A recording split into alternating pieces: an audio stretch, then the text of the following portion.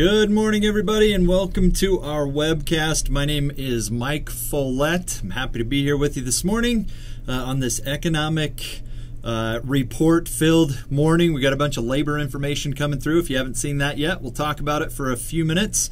We'll take a look at the impact maybe this information's having on the markets. Just to get you in line with the topic of the session, though, we're going to talk active trading today, managing an options portfolio. And I'm happy to be here. We got the new schedule on the webcast rolling out today, and a lot of good stuff out there. Make sure you check out the schedule, and you can check out the schedule webcasts pretty easily by just tuning in there to the education tab there when you're logged into the Thinkorswim platform. But my name is Mike Follett, and today is April 6th, April almost said 16th, but April 6th, 2018. And again, glad to have you here with me today. By the way, hopefully the audio is coming through just fine. I am seeing that on the captioner things are in good shape. If you can hear me okay, and if you can see that screen, maybe just type, yep, Mike, I got you in that chat box, just so that I can make sure that everything's set up the way it should be in this class. Anyhow, I'd appreciate any feedback on your end if you've got that for me. All right, but we shall proceed here. I want to make sure we get these disclosures taken care of. All right, so the sound is good, and hopefully the video is coming through just fine as well. All right, so this class is for educational purposes. I'm not a financial advisor or broker-dealer, or nobody is going to portray themselves as someone here to give you advice. Options are not suitable for all investors, as there are risks inherent to options trading that can expose investors to potentially rapid and substantial losses. When you're talking spreads, straddles, and other multi-leg option strategies, they can entail substantial transaction costs, multiple commissions, which may impact your potential return. So make sure you understand the impact of those things on your strategies. Also, futures and futures options are speculative and they're not suitable for all investors. Pick up a copy of the risk disclosure statements there. You can pick them up from the URL that you see on your screen. Also, if you do trade futures, you have to have approval to do that. And even if you seek futures approval, it does not guarantee that you're going to get that approval, but make sure you're approved before you trade futures. All right, next page here. Any investment decision you make in your self-directed account is solely your responsibility. Also, transaction costs, there's just a quick look at those as a reminder that those should be considered when you're evaluating any trade. Also, past performance of any security or strategies does not guarantee future results or success. Any probability analysis does not guarantee anything. Remember, that's theoretical analysis, and even if you've got a 70% chance of winning or a standard deviations chance of winning, well, that means that you've got a 32 or a 30% chance of not winning. So just be aware of how that works. Also, investing involves risks, including the risk of loss. There's a quick look at the Greeks: delta, gamma, vega, and theta. No soliciting, no recording, no taking pictures. No part of this presentation ought to be rebroadcast without the written consent of TD Ameritrade. And remember, the reason for those Greeks is that they help an option trader understand how changes in market prices can impact their option trades. And it is something, using those Greeks, that option portfolio managers definitely want to keep their eye on, because it helps them measure the risk that can come from the option market. All right, so let's just open up our screens here and start to take a look at this market a bit. In fact, just to get started, what I'm going to do is jump over to the TD Ameritrade website. If you haven't seen this before, under Research and Ideas, you've got a calendar here. And this calendar will allow you to stay up to date with lots of current events. And in particular, we want to take a look at economic events. And just take a look on the calendar today to see what was happening here with some of these labor market numbers that came out. And just clicking on the date here, again, 4/6. If you look down here at the bottom of the page under economic events, we can see those releases and when they came out, and also the numbers here. You can see here that the payroll number, so the jobs added in March, came in at 103. And it looks like the consensus was set 175. So the jobs added number actually came in a little bit light. I read some articles there, just sources from Bloomberg, et cetera, that were saying, there's a good chance maybe the weather influenced that. So maybe not as big a deal in terms of, jobs not being added as much as the consensus estimate, was looking for. But one of the numbers that a lot of folks have on their radar right now is the wages number, average hourly earnings. Now, this number shows 3% on the actual, and I'll just highlight that right there so you know what I'm talking about. The consensus came in at 2%. I want to say I've read a couple of different reports there that the wages were up more like 2.7%. Maybe those are some numbers I'm going to need to go back and check. But somewhere between about 2.7% increase and 3% increase, 2.7% is what I read. This says, I think, 3%. So just be aware that maybe there's a little bit of divergence in what I'm seeing in the headlines there. But either way, it looks like the earnings came in a little bit higher than what many traders were expecting. And that is a bit of a number that traders have had their eye on, of course, for concerns about inflation. Many people argue that that's what caused or sparked the sell-off in February, was concern about, wages rising maybe too fast, which is kind of interesting because one thing we've heard from the Fed over the last couple of years is that they certainly would like to see hourly earnings increase. So we get that increase, which is inflationary, and then potentially the market isn't so happy with it. But, these are the numbers that are coming in from the Labor Department this morning. One of the things I want to do is actually just take a look at how markets are receiving that information. What are these markets actually doing? So when I first logged into the machine here, pretty close to about 45 minutes ago, the ES, which is /ES, you're looking at it over here on the left-hand side of the page. These are the futures. This is the E-mini S&P 500 future. Those were down about 25 points. Right now, we're down about 15.5. So it looks like maybe the market is beginning to process this information on these payroll numbers and maybe starting to take this as maybe not such a negative thing, which I think many investors were worried about a high wage number coming in, which it does look like it came in a little bit higher. However, looks like the futures are rallying. So for those of you who are interested in equities going up, it kind of looks like after a pretty good sell-off before the market opened, we're actually seeing a bit of a rally, which if you take a look at this within context of maybe support levels and resistance levels, this is happening after the market has had a pretty good 3-day bounce off of this 2,600 number, which has been a fairly strong level of support. So maybe the market's just thinking, well, whatever the information is, it looks like potentially there's some value here, and maybe we see the market continue to rally.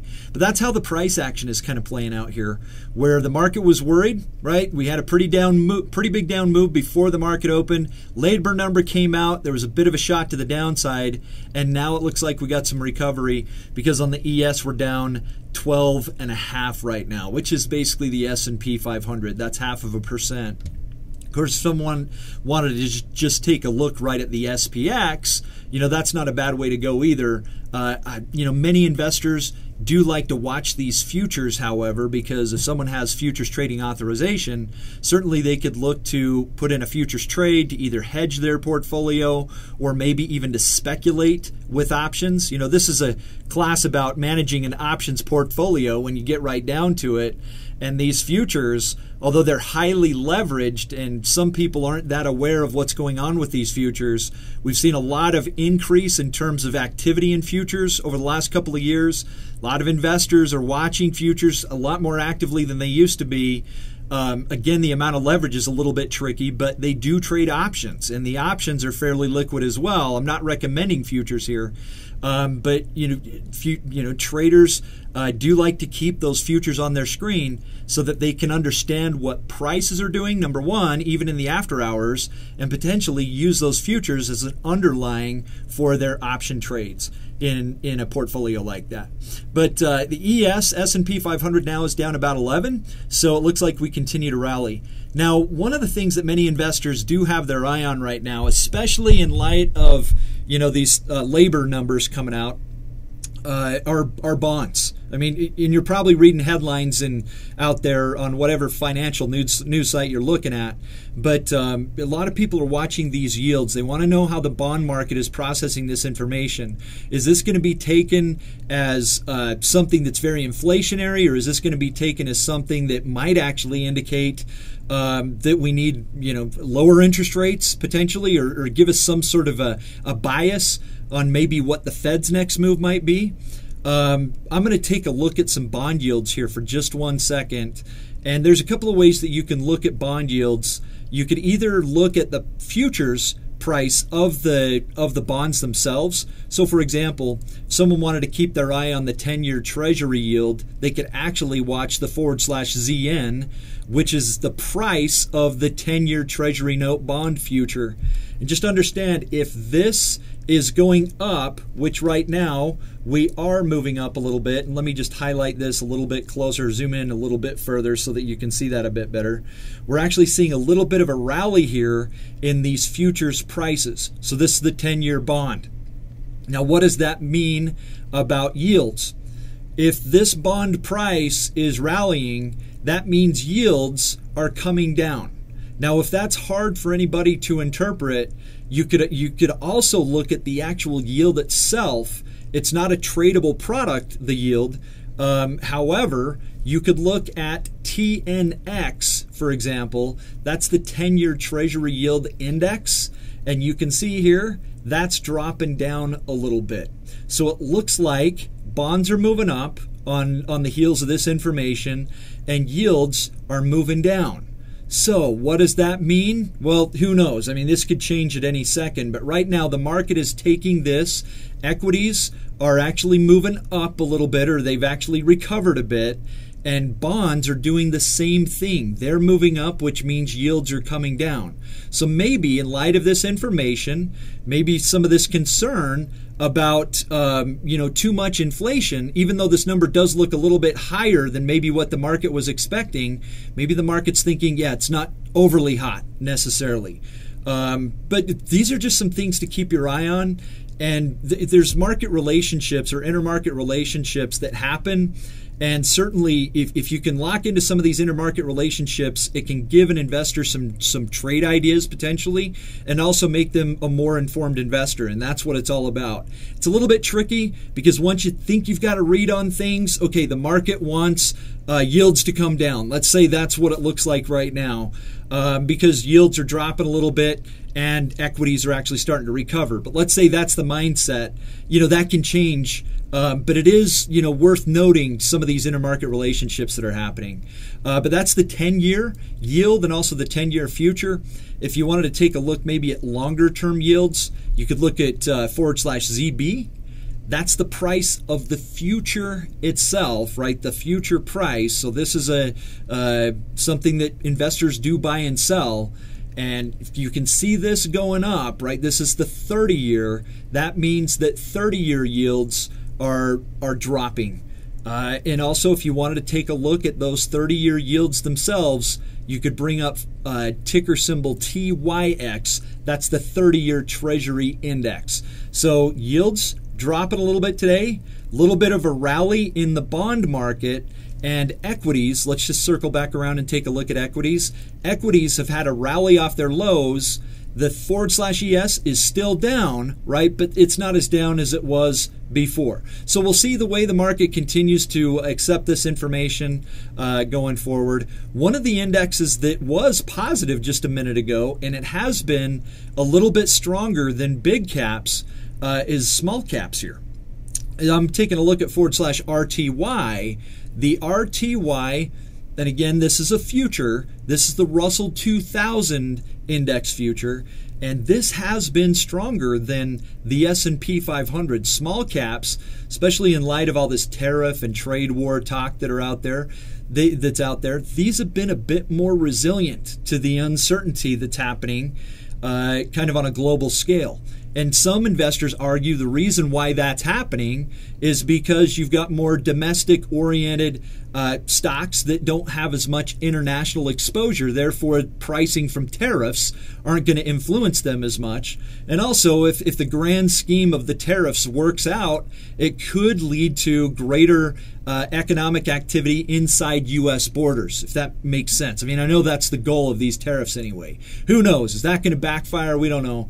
But the bottom line is that small caps have been outperforming or have been stronger than large caps as of late. So it might be something worth having on the radar. Of course, the one downside of small caps is that if someone wanted to trade options on stocks that are small caps, sometimes you run into stocks that aren't quite as actively traded. They're just not quite as liquid there.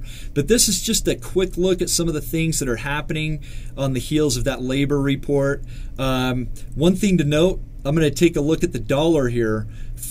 Ticker symbol evaluating the dollar here is $DXY. So this is, again, just the US dollar. The dollar has had quite a run over the last week or so. It looks like possibly it's approaching a level of resistance, and today it looks like we've got some weakness on the heels of this labor number. So the dollar, and when you take a look at trends, you would say that the dollar is really still in a sideways trend, but it has reached some of these old high points here, and it looks like there might be some weakness developing. Now, if someone is managing an options portfolio, they might want to watch these things because some option traders will use options to speculate, use options for speculative type trades. And if they can identify possibly some macro relationships that could lead them to maybe some speculative trade ideas, well, then that's why traders might look at these things. And one of the correlations that's been very strong as of late, and it's really pretty strong over time, but is the correlation between the price of gold and the price of commodities in general to the value of the dollar. Right now, if the dollar is at potentially a level of resistance and maybe starting to weaken, many investors who track this stuff might take a look at gold and other commodities to see if potentially they might strengthen, because there's an inverse kind of relationship there. If the dollar weakens, that could be stronger, or that could indicate stronger prices for things like gold and also for oil. So that's another reason why many traders will look at futures. Now with the dollar again having had a rally, potentially at resistance, maybe dropping back down again. It's way too early to tell whether or not this is going to happen for sure, but we are at resistance and there's some weakness today. Many investors might take a look at those commodities like gold. How's gold performing in light of this information? Well, we'll jump over and take a look at /GC. This is gold futures. And if you notice, gold is a little bit on the opposite end of the spectrum. Now, in terms of being right at maybe significant support, many technicians might look at gold and say, yeah, maybe this is more of a minor level of support. And the more significant support level for gold might be down here at these low points. But nevertheless, after a bit of a pullback in gold, we are seeing some strength coming in on this weak dollar at potentially this level of support. So an investor might look at those relationships and say, well, if I'm using options in a portfolio to do, if someone's using options, really, there's kind of three core reasons why somebody might use options in a portfolio. One of the core reasons might be to speculate. I'm going to make some notes here on a scratch pad just to keep track of some of these ideas. So reasons to use options. Number one, maybe use the option market as a way to leverage and speculate on price moves. Number two, another reason why folks might use options, maybe to generate income in a portfolio. And number 3, they might use options in a portfolio as a hedging technique. Now, just for a minute, talking about the idea of speculation, and this is usually what, if someone's a technician or if they're evaluating some of these price relationships, they might actually be looking for some sort of a speculative opportunity where they can look to get growth in their portfolio, right? This is kind of the concept of speculator that I'm talking about right now. If someone is thinking, hey, maybe gold is due for a bit of a rally here on dollar weakness, well, then potentially they could speculate on an up move. Possibly someone looking at gold might think maybe we rally back up to the 1360 number. And right now we're at 1335. Or potentially they might even think if we do go up from here, that would be possibly the start of a new kind of minor uptrend happening because we'd have a higher low in gold prices. So I'm just trying to kind of convey the trade idea for you here. Now, let's say someone were thinking, hey, all right, I like the idea of maybe trading gold to the upside. How do they do that? Well, they could do that by using the futures themselves if someone is approved to do that, and that way they could just trade the underlying. They could use an ETF, which I'm not going to be able to talk about ETFs much in this session. Or another thing that somebody could do is they could look for some of the biggest gold stocks that are out there and potentially put on a trade on a gold stock, anticipating that would follow the price of gold. Sometimes you get a little bit of divergence there.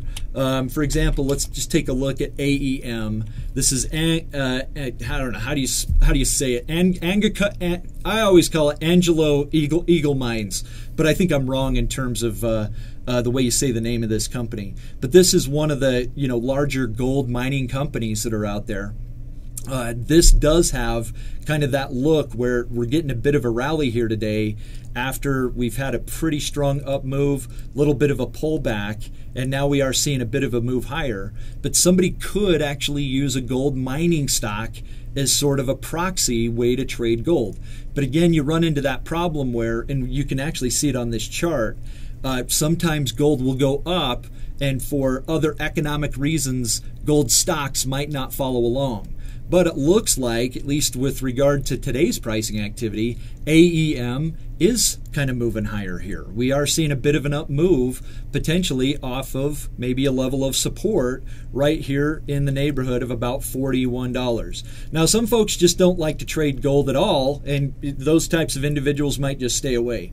But again, in terms of trading it, there's the futures market, there's ETFs that will track the underlying gold commodity itself, or somebody could look for a stock that looks like it's going to have some correlation to gold. And with AEM, right, it has been underperforming, but recently there has been strength. And just so you note this, one of the indicators I'm looking at down here at the bottom of the page is called relative strength. Let me see if I can bring this into a little bit higher view. But the relative strength on AEM has actually been going a little bit higher. So there are reasons for some individuals to maybe look at gold stocks because there are some relative strength ideas working here. And also it looks like gold might be due to go higher on dollar weakness. Okay, but let's say we just put in or explore this as a trade idea today. And by the way, I've just got this new-ish paper money account. There's not a lot of stuff in it right now. This will be a good opportunity to maybe build up some paper trades. But again, just a reminder as we take a look at trade ideas, these aren't recommendations. These are just for illustrative purposes and just some paper trades that we can kind of track and explore these trade ideas with. All right, but let's take AEM. I'm going to jump over to the trade screen. Let's say we're interested in the idea of some sort of a speculative type of trade, and we want to use the options market for that. Well, one of the things that option traders might want to do is make sure we've got a market in options that's actually a liquid market, meaning that the spread between the bid prices and the ask prices on these options is fairly tight. And as I take a look, now these are just the 14-day contracts, but as I take a look at these options on the call and the put side, these are fairly tight markets. I mean, on the at the money puts, we're dealing with 73 cents to 75 cents on the spread between the bid and the ask. So that's only 2 cents wide. On the calls, we've got 2 cents width over there too. Now that's 14 days to expiration. If I open up the 42-day contract, if someone wanted to give this a little bit more time to work out, 42-day contract, those are fairly tight as well. Pretty narrow spreads between the bid and the ask price. But so let's stick with the 42-day contract just to give this maybe a little bit more time to work out. But if someone were thinking, hey, maybe I'm thinking gold could make a move higher, AEM could make a move higher here, and I want to do some sort of a speculative trade, they got some choices. They could either A, potentially buy calls, right? They could buy a call option here. And so, for example, if I looked at the 42 strike price call, and I'll just queue up an order as if I were going to buy that, and I'll hit confirm and send on this. This is an investment of 211 bucks, and that's the maximum loss. When you take a look at the maximum profit on something like this, the amount of money that could be made is infinite in theory. Now, in reality, it's infinite because there's no limit to how high a stock could go, but this has an expiration date, and I've never seen a stock go to infinity before expiration. But I'm trying to help you understand the reward-risk relationships. There's just the risk is in the premium that's paid. That's the maximum risk. The reward is infinite or unlimited amounts of reward. So if someone were looking, if they were very, very bullish, buying a call could provide them with a vehicle to participate. But one thing that an investor might want to look at before they start buying calls is the level of implied volatility that's out there. And the reason why that's important to look at is because implied volatility impacts option premiums, right? And when implied volatility is higher, option premiums are going to be higher. And that's one thing that we haven't looked at with AEM is the levels of implied volatility. So I'm going to jump over here to the charts page. We can actually bring up an indicator on our screen, which is just like a normal indicator that maybe you're used to if you're using charts.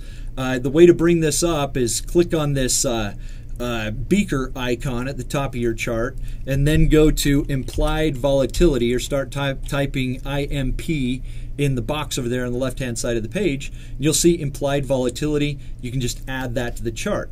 What this does is it shows the average volatility for options in AEM.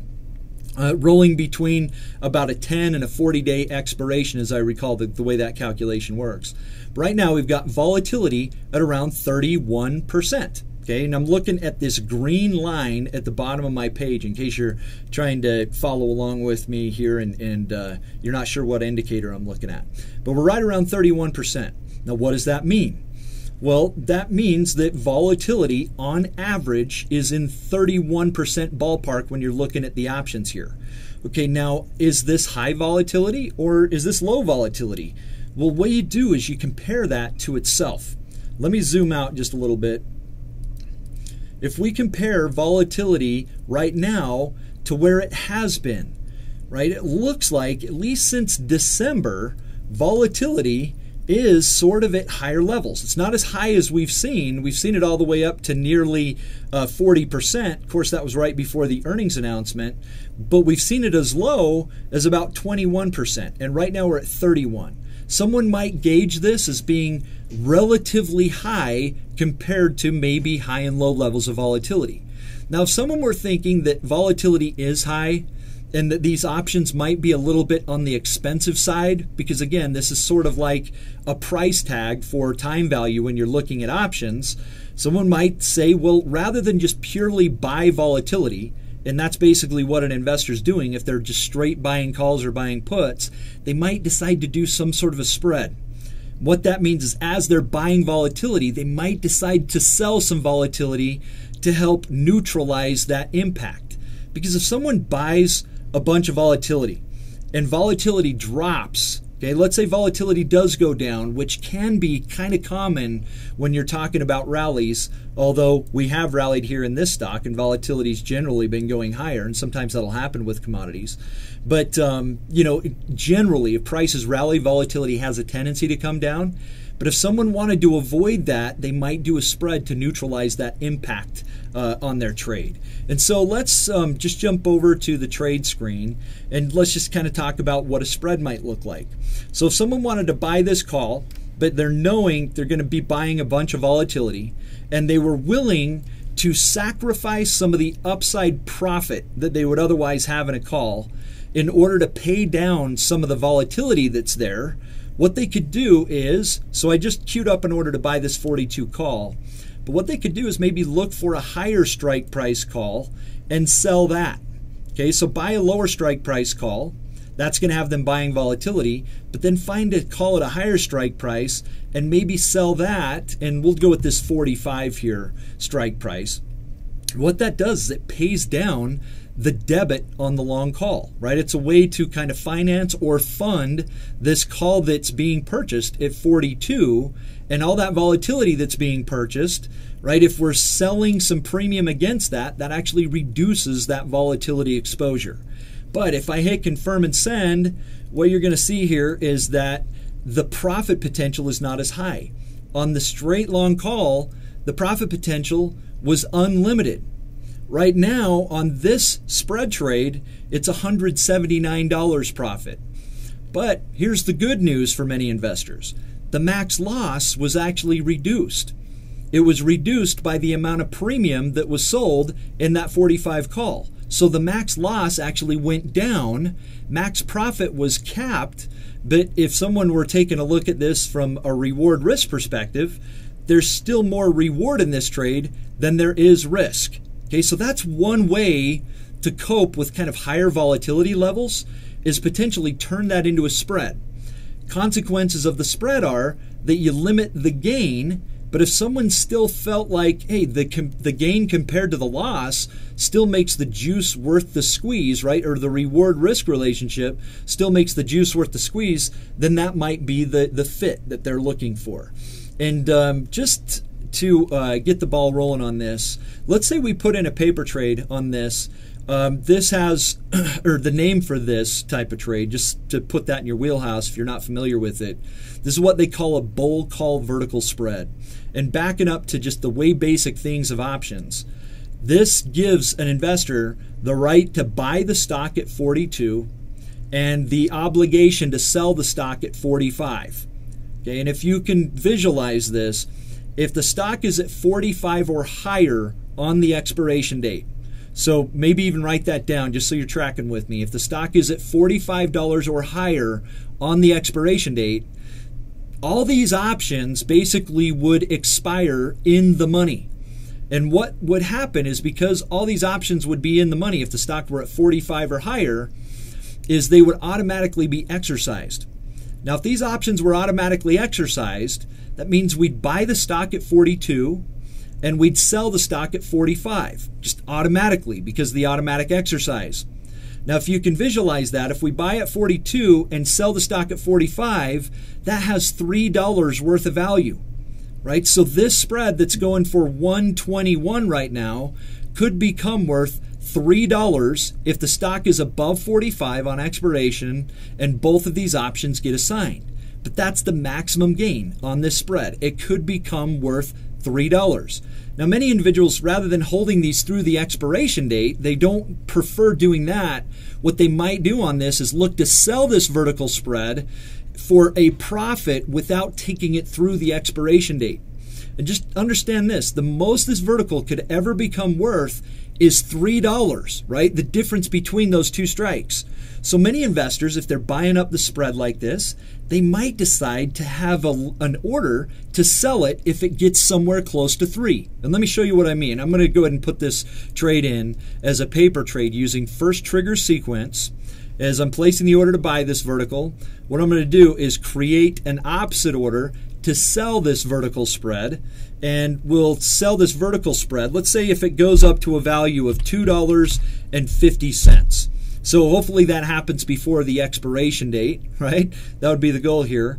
But if the stock, or excuse me, if the value of this vertical goes from $1.20 to $2.50, we'll go ahead and sell that automatically and just get out of the trade. So this is kind of creating an exit plan understanding what the maximum value could be on this vertical spread. If this vertical could go to 3, that would happen if both these options are in the money on expiration. What if we wanted to get out of this before expiration, if the market has a good move higher here, and if it goes to close to 3, rather than looking to get all 3 of those dollars, but if it gets close to $3, maybe $2.50 or so, then we'll go ahead and automatically sell out.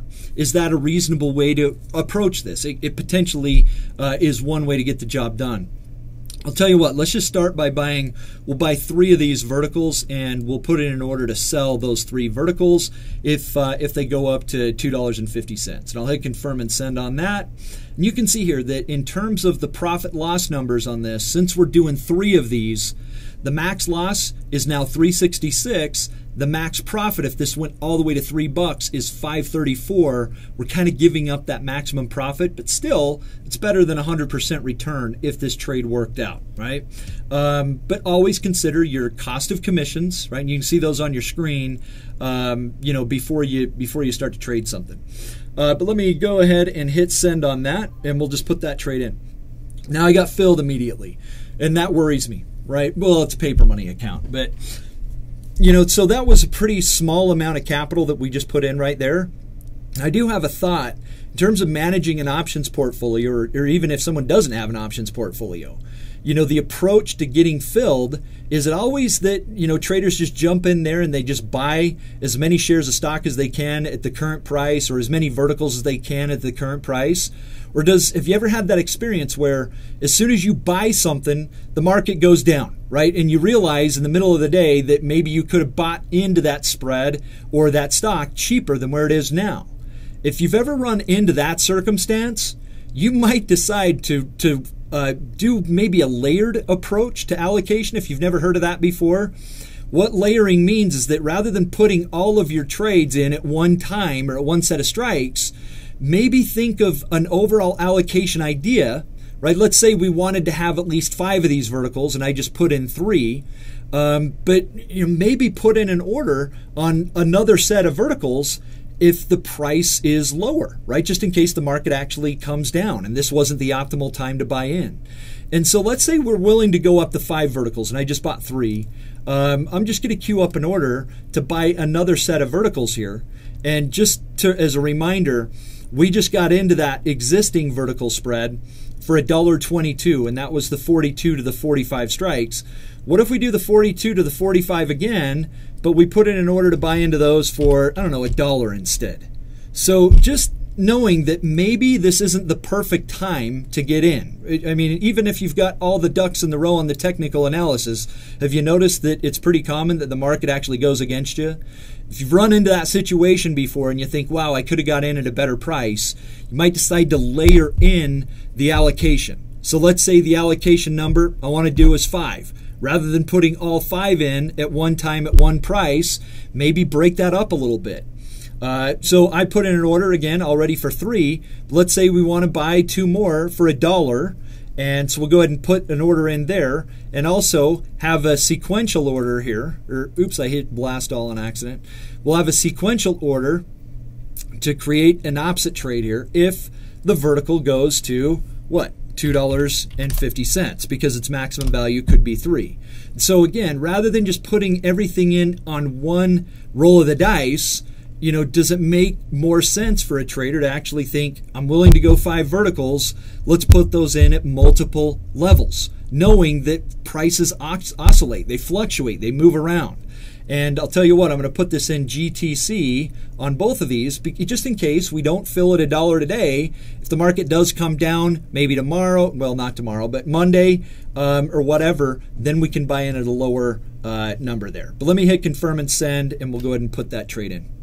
All right, so that'll be just a limit order that's, just waiting, patiently. Okay, so that's, those are just some ideas on allocating to speculative type trades, considering volatility, considering all those things that are important to an investor. Now, that's only one way to trade options, right? Speculation. Some investors might look for a reason to trade option because they want to maybe generate income on their portfolio. Right? Speculation basically means that you've got some sort of, assumption that the stock is going to go somewhere and you want to leverage that move. right? And so that's one of the reasons why, on paper we went with this AEM trade, is just kind of putting this intermarket analysis stuff together, maybe coming up with a trade idea there.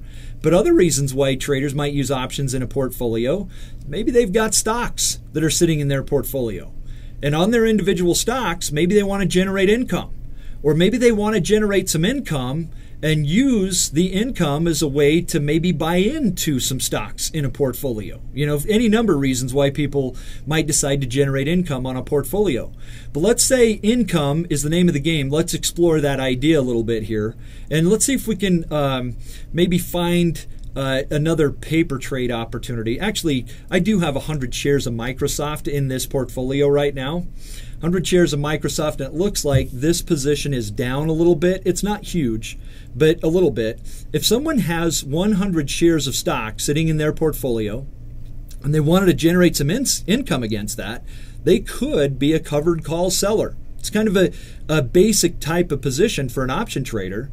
But again, if someone's looking for a way to generate income, one of the reasons why an investor might decide to go that route is, and I'm going to bring up Microsoft here on a chart, but if someone were thinking, we're going to stay in more of a flat period for our stock, or we're going to stay in more of a flat period for the market, I don't necessarily think the stock's going to go up huge. But if it does, I'm okay with selling it anyway or limiting my gains. And meanwhile, I still want to generate income anyway. Well, that's kind of the ballpark for a covered call seller. And as I'm looking at Microsoft here, although we had a pretty big bounce the other day, it does look to be in kind of a range. Maybe Microsoft fits that bill. If someone wanted to generate income against that stock, and we'll just jump over to the trade screen, I'll open up the options that are, well, you've got so many choices with a stock like Microsoft in terms of options that could be sold to generate income because these weeklies are here. By the way, I'm going to be starting a class on weeklies options trades, just so you know, that'll be next Wednesday. Next Wednesday, same time, actually. But that'll be a weekly webcast that I'll be doing, just using weeklies in a portfolio if you want to tune into that. But we're going to talk a little bit of potentially weeklies here. You do see weeklies a lot in these very actively traded stocks. Now, for someone who's selling a covered call, many traders just look for, hey, I'm looking for the call that's closest to 30 days to expiration. Some traders will look to maybe go a little bit farther out, and some traders will actually look to have more opportunities to generate income and sell premiums that are a little bit closer, so they can do that over and over again. Maybe develop or bringing in a little bit less income per option, but taking advantage of the multiple opportunities. Why don't we just follow the idea of the option that's closest to 30 days to expiration here? And that'll be the May 4th contracts. Those have 28 days to expiration. We'll just open those up. Now, if someone were looking at Microsoft options, usually they're going to see some fairly tight bid-ask spreads because, well, Microsoft is an extremely actively traded stock. But let's say we wanted to generate some income here. One way to generate income is to use high probabilities as a guideline in terms of how to do that, right? In terms of strike price selection. Yeah, I don't know if you've heard this before, but some investors will look to sell options that have a delta of around 30. And the reason they'll do that is because those options have a low probability of being in the money on expiration. And let me just choose this contract. It's the 96.5 strike price. The reason I clicked on that was because it has a delta of 31. But let's talk about this for just 1 second. The delta of 31, and this is using option pricing models, essentially is what we're using here. It gives us, based on the models, the probability of that option being in the money on expiration. Or another way to think of this is it's the probability of the stock being above 96.5 by the time expiration rolls around. That's 31. Change that to a percentage. It's 31%. Now, is that a high probability of the stock being above the strike price? No, it's only 31%. Is that a high probability that this option is going to be in the money on expiration? No, it's 31%. Now, again, the stock can have a big move higher. It's not saying it can't go up. If we got a 31% that it's going to be out of the money, well, that means there's still a chance it could. There's 31% chance that it could be in the money. Okay, but when traders choose these high probability out of the money options like that, what that does is it improves the chances that they're going to keep the stock, and also improves the chances that this option is going to expire worthless. And when they're selling these options, that improves the chances that this premium is just going to be a level of income. Well, it's income anyway, right? Because if we sell the option, right, we get to keep that premium, right? But the question is, what are the probabilities that we're going to have to give this money back to maybe buy back that call? Or what are the probabilities that we might have to sell that stock? But that's one of the reasons why traders will go with right around 30 deltas, is it matches kind of close to a standard deviation. And income generators, option sellers, like that idea generally of the standard deviation, which they like to have probabilities on their side, probabilities those options expiring worthless, and to give themselves a strong, probability plus payout, the premium's worth their time and worth their investment. They'll look for around a delta of 30, which is right around that standard deviation, because, well, look at the premiums. The premium's $1.47. So that's $147 worth of income against this 100 shares of stock. Okay, and maybe that could even get filled somewhere in between the bid and the ask price for maybe $150 worth of income, or maybe even better, right? But also, income where if the trader's okay with that, it's money that's potentially you got to make sure it's worth the commissions, but still a high probability that the stock's going to stay below that strike. Now, if someone were in it to get maybe a little bit better income than that, sell these options for a little bit better money, or give themselves a little bit more downside protection in the stock, they may decide to sell an option that has a lower delta, or excuse me, not a lower delta, a higher delta.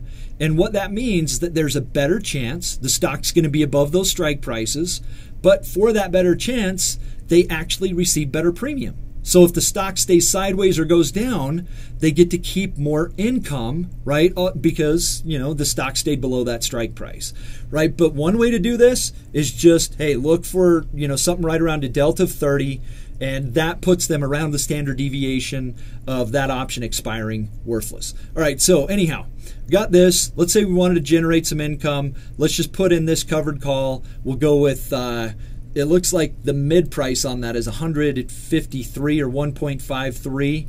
Let's go with 1.52 on that, and I'll hit confirm and send, and we'll just put a little covered call position in there. So again, generating income. Now, since we're still looking at Microsoft, especially relative to the size of this portfolio that I have here, right? This portfolio is a $400,000 portfolio. 90 or 100 shares of Microsoft, that's the current position, is 100 shares of Microsoft. That's a pretty small position relative to the size of the account. I talked about maybe building in to a portfolio or adding positions, not basically investing all the capital at one time. But let's say I feel like in this portfolio, I could have up to 300 shares of Microsoft, right? 300 shares of the stock. I've only got 100. I've got one call sold.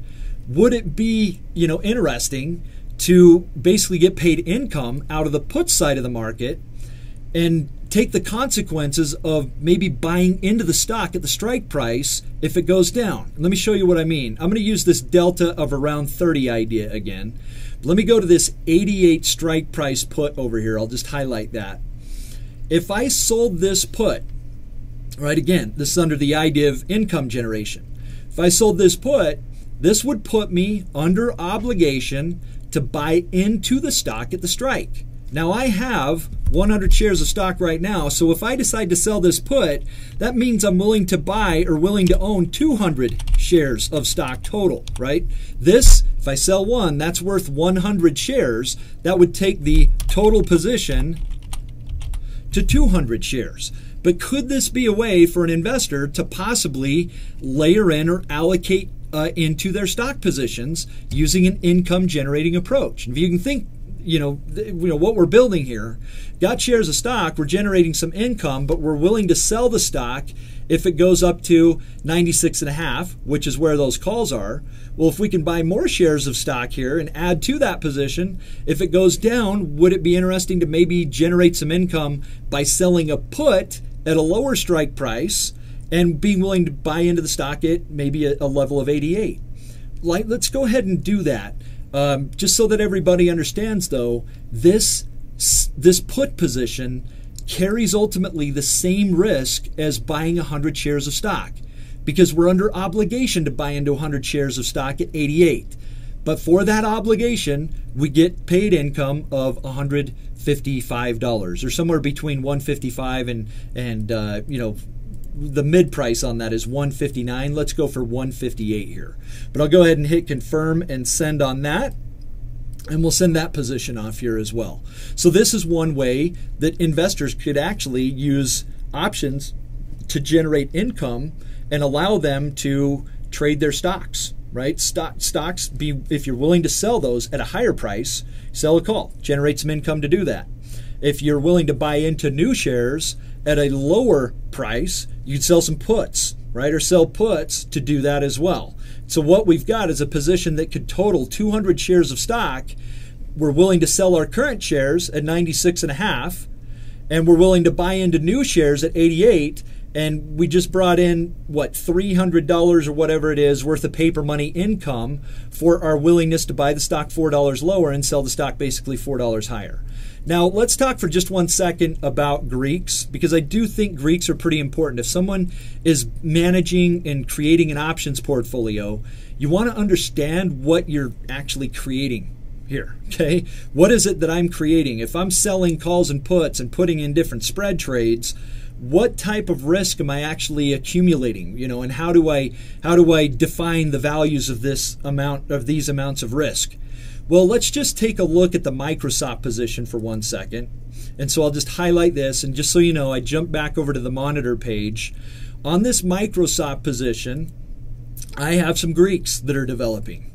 The delta, let me back up, because some of you, when you're looking at your paper money account, you might not actually see delta on your screen. You might not actually see the Greeks there. If you don't see the Greeks, let me just show you quickly how you can bring the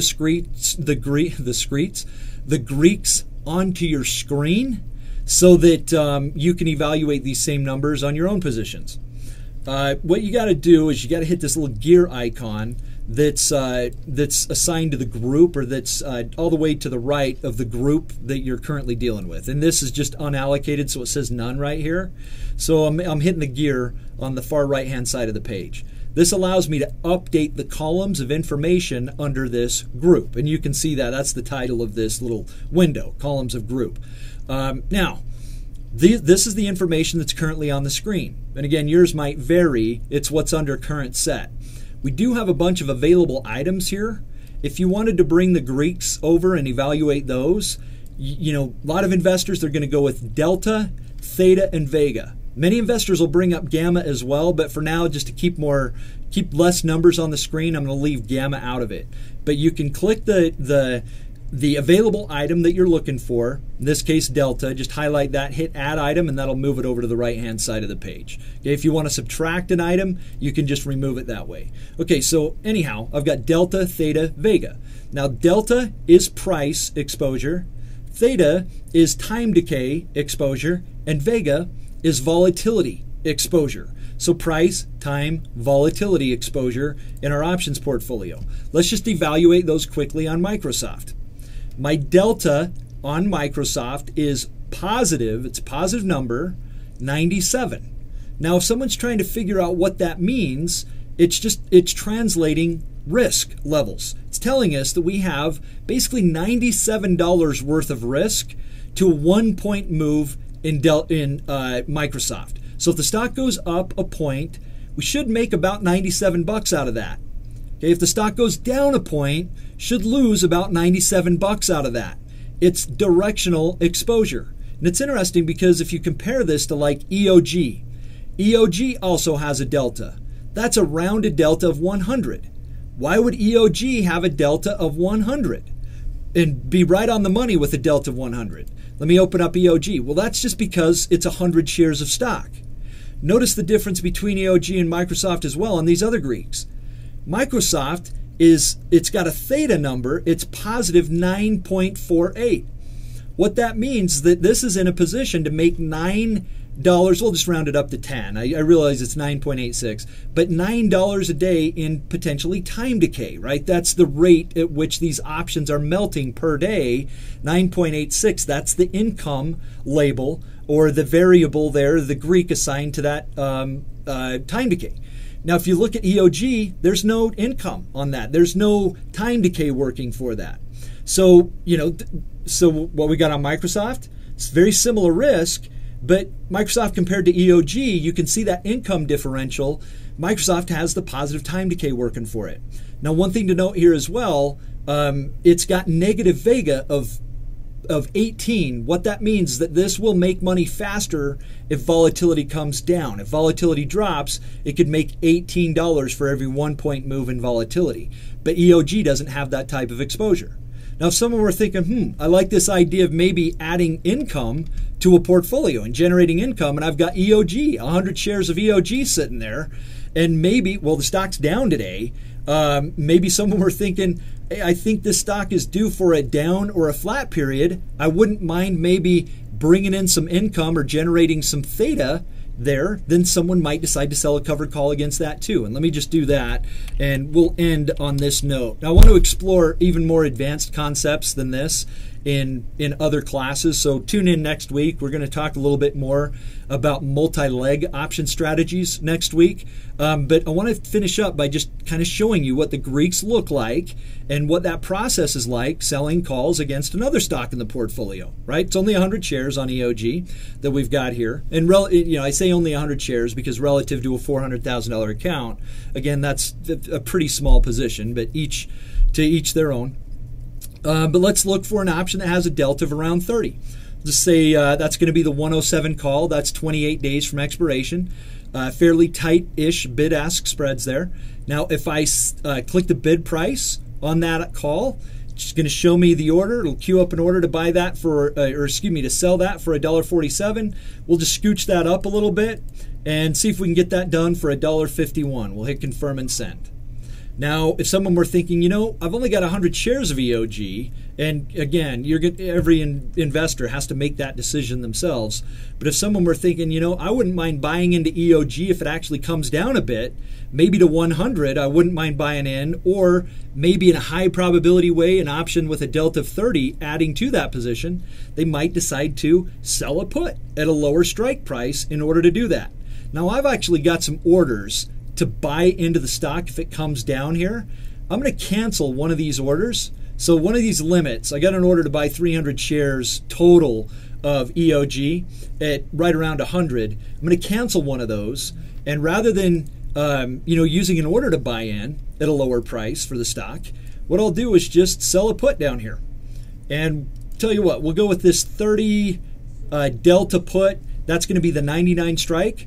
I'll go ahead and sell that, click the bid price on that, hit confirm and send. And actually, let me change this premium up just a little bit. I got to be wrapping up this session, but I do want to circle back around and take a look at those Greeks. Anyhow, just sold a put there. I also have an order to buy another 100 shares of stock if the stock goes down, but this position in total could equal up to 300 shares of EOG because I've got long shares of stock, that's 100 shares. I've got a put, which is put me under obligation to buy another 100 shares at 99, but I'm generating income for doing that. And I also have a limit order to buy 100 shares of stock at 95. So this is just another way for an investor to potentially consider scaling into a position if that's what they wanted to do. But notice the Greeks on EOG, right? Sold that put and that call. Well, now what does this position look like? Delta is right around 100 still, but it's just shy of 100. But it's still pretty close to 100 shares of stock and directional risk, and now that's generating some income through time decay. $9.9 a day in time, almost $10 a day in time decay. So that's kind of an income generating approach, and you can see the difference. AEM, right? It's all delta. AEM's just and that was that spread trade we put in, delta of 73. It's actually suffering a little bit of theta here. It's losing a little bit of money in theta, not a lot, but that's kind of comparing the two, right? A lot of delta, not much theta. We're generating income, we get that theta working for us. Also, probabilities are working as well. Okay, I got to wrap up this session. This is just scratching the surface, though, of what I want to do in this session in terms of managing a portfolio. This is just one way to kind of get started, using spread trades to maybe hedge off some of that volatility and generating income by selling puts and calls against individual stocks that somebody doesn't mind owning. Just a couple of ways that people could use options to either speculate or, again, generate income. But I want to explore some of these probability ideas in our class next week. So stay tuned. Everybody, coming up next, actually we're going to take a little bit of a breather, but I'll be on the Splash with Pat Maloney a little bit later today. Thanks for your time. I appreciate your attendance in the class today. I hope you enjoyed this session on portfolio management. I'm just going to real quick take us back to the Greeks and show you the Greeks. Remember what we've talked about in those Greeks. Those are just measuring sticks. They're no guarantees. All right, everybody, have a great day. Have a great weekend, and maybe we'll see you in another class. Just as a heads up, I will be back on the microphone today. That's going to be at 1:30 my time, 2:30 Central Time. Talking about the week in review with option trading. So kind of excited about it's a new webcast coming up. It's only a half an hour long, but we're going to take a look at some of the most actively traded stocks and their options that we're trading this week. And again, that'll be at 2:30 p.m. today. Another webcast coming up. All right, everybody, take care. Thanks for your time, and we'll see you next session. Bye.